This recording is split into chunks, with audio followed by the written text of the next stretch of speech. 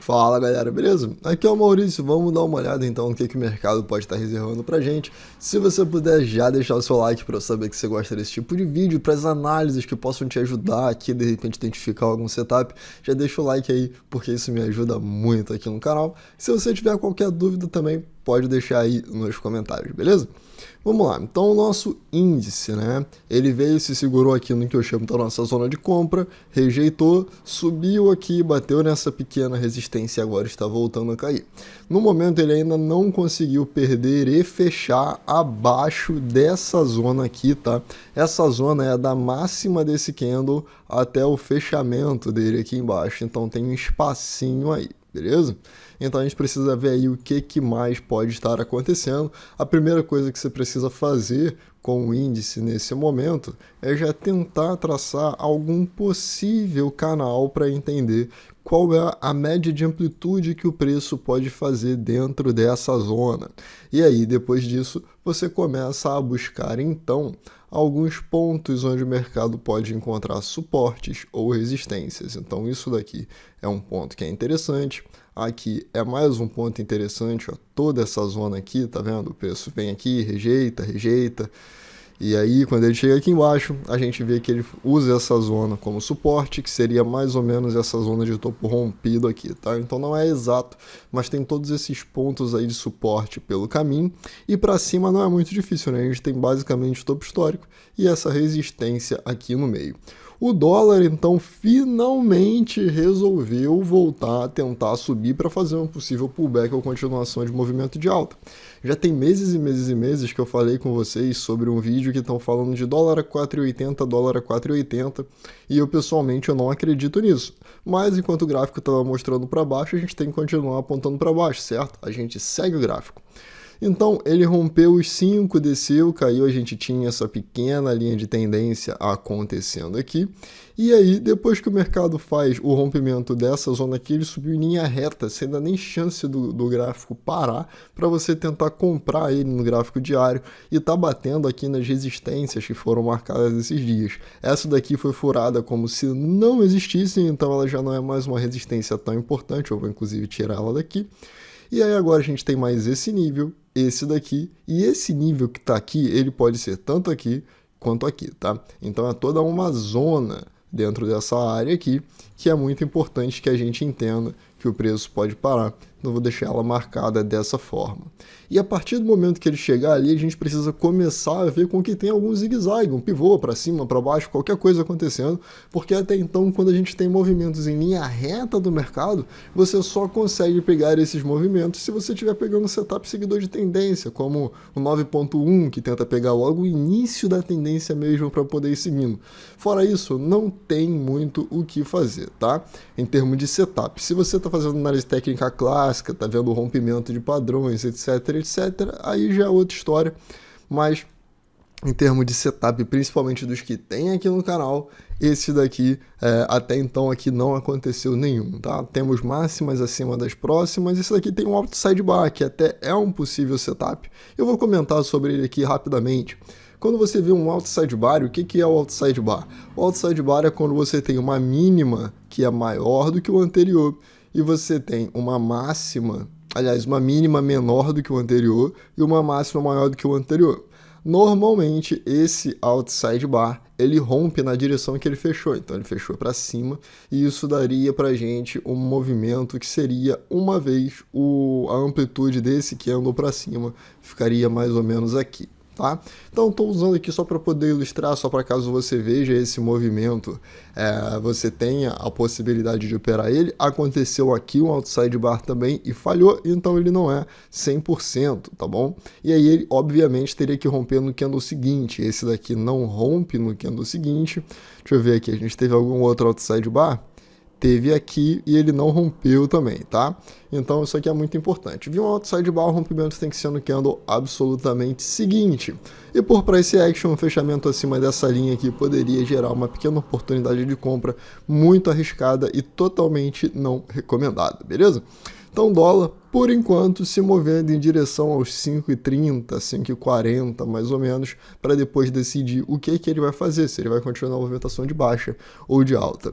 S&P fazendo um candle estranho hoje, porque ele abre acima da máxima, rompe, desce, perde a mínima, volta, fecha acima. Então isso daqui é um outside bar, onde ele já abriu na máxima do dia e só veio caindo.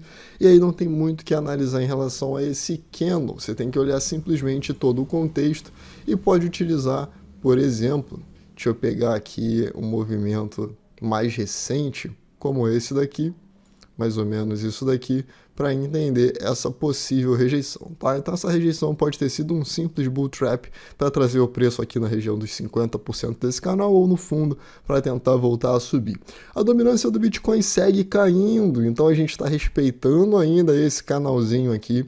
Essa zona que vocês estão vendo aqui, ela é uma zona razoavelmente importante da dominância, e isso está mostrando que o dinheiro tem saído do Bitcoin e voltado para as altcoins. Então a gente ainda tem essa linha de tendência aqui e uma possibilidade interessante de que o mercado volte a subir se a gente continuar tendo essa... Aliás, o mercado, independente do movimento da dominância do Bitcoin, se a dominância do Bitcoin caindo, a gente vê as alt subindo, e se a gente vê a dominância do Bitcoin subindo, a gente provavelmente vai ver as altcoins caindo, tá? Então tem essa relação aí, eu acredito que vocês já saibam. O Bitcoin em si, eu já tenho traçado esses desenhos aqui para vocês, né? E nós estamos aqui dentro desse ponto ainda, e esse ponto ele ainda é um inside bar. Então, deixa eu apagar essas linhas verdes aqui, porque ela foi feita aqui para poder mostrar o que o mercado precisaria fazer para a gente ter uma continuação de alta, e não teve. Então a gente ficou aqui dançando dentro dessa zona, e eu entendo o seguinte, né? Se a gente olhar pelo gráfico, pelo curto prazo, a gente ainda tem uma linha de tendência de alta aqui, e o rompimento dessa linha de tendência de alta pode vir trazer os preços aqui de novo na casa dos 36 e alguma coisa, que é o preço em que o Bitcoin mais foi negociado nessa zona.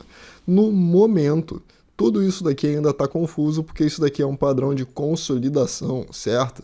Se a gente pegar esses últimos topos aqui e conectar, nós temos topos mais baixos, e se a gente pegar os últimos fundos, nós temos fundos mais altos. Aqui fica um pouco ruim de desenhar dessa forma, mas a gente teria basicamente um fundo que aconteceu aqui, que é um fundo importante, depois um fundo aqui, e os topos estão aqui, aqui e aqui, tá? Então isso ainda é um triângulo, é um negócio meio estranho, que não tá ali muito normal no que a gente está acostumado a ver das figuras mais comuns. E o que é o recomendado? Como sempre, recomendado é esperar, porque o gráfico diário segue apontando para baixo, ok? O gráfico diário ainda não está apontando para cima, ainda não existem compras seguras. Existem compras de risco e compras de longo prazo, mas segura ainda não existe, tá? E aí a gente, obviamente, tem aqui os nossos pontos de suporte nessa zona e nessa zona, mais ou menos aqui, beleza? Então, é ficar prestando atenção no que o mercado vai fazer a partir desses dias. O mais provável é que seja uma consolidação maior ou uma descarga até os 20 mil.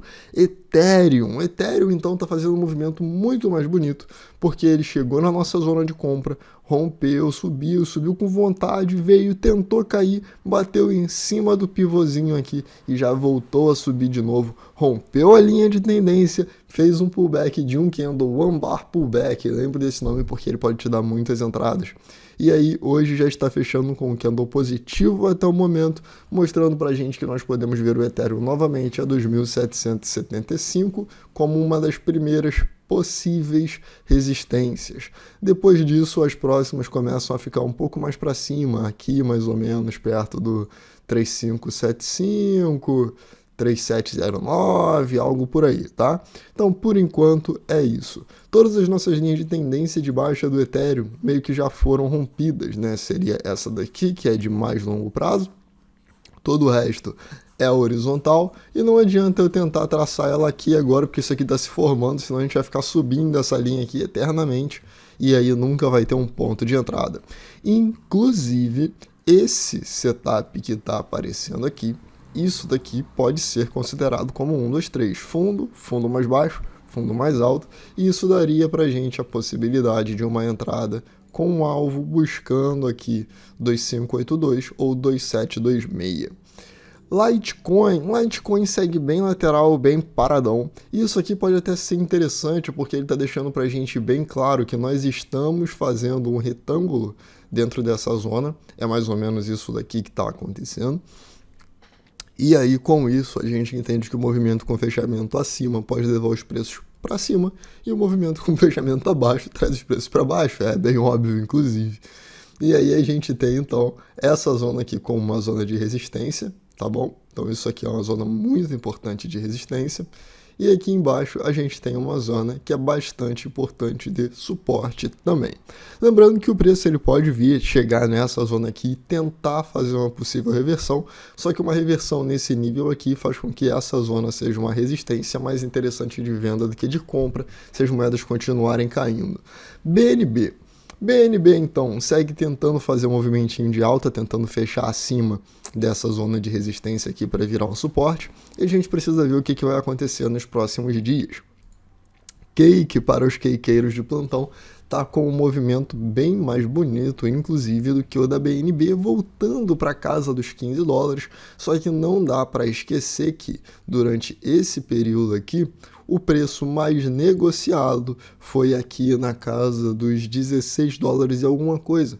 Então, para longo prazo, pode ser que ainda seja válido comprar em qualquer valor abaixo desses 16, porque a partir do ponto que romper, ele tende a virar suporte. E aí a gente teria que esperar basicamente ele romper esse ponto, voltar para dar um padrão de reversão e a gente tentar subir novamente, beleza? ADA segue como um dos ativos mais fortes que nós temos até o momento, e aqui está fazendo todo o movimento traçado, vocês estão vendo aqui as zonas de suporte e resistência em seus respectivos valores, e aí eu não posso deixar de notar que nós temos uma possível pequena deriva acontecendo aqui, tá? Conectando basicamente esses fundos aqui e tem que ficar de olho nisso. Esse movimento ele não está forte e a gente está vendo uma redução de volume aqui, dizendo que as pessoas não estão definidas quanto ao que elas vão fazer, se elas vão comprar ou vender. Solana, ela também está fazendo bem parecido com o Litecoin, o movimento lateral, e ela está dentro desse pequeno range. Um rompimento para cima pode ser muito interessante, principalmente porque a gente tem essa linha de tendência passando aqui. E se ele conseguir fechar assim, isso é uma continuação muito boa, mostrando pra gente que podemos ir rumo a topo histórico. Link, estamos a 19, já aqui ó, na zona de resistência também, então precisa fechar acima, assim como eu falei anteriormente, de Cake precisa fechar acima, armar o sinal de reversão e voltar a subir, para poder ter compras mais seguras. E Matic a 1,11, Matic completamente lateral nos últimos dias, chatíssimo de se ver, porém, a gente precisa entender que isso aqui ainda é um triângulo e nós estamos muito perto de ter uma definição do que vai acontecer com esse triângulo. Se ele vai romper para cima para testar essa linha de tendência ou se ele vai vir romper para baixo para poder testar essa zona de suporte. E isso daí pode definir bastante a movimentação dos preços. Lembrando que tudo isso vai acompanhar basicamente o que o Bitcoin estiver fazendo. Então, se o Bitcoin estiver apontado para cima e ele resolver que vai romper topos, a gente provavelmente vai ver a maioria das altcoins dando uma movimentação bem mais forte para cima, porque a dominância do Bitcoin segue caindo, tá?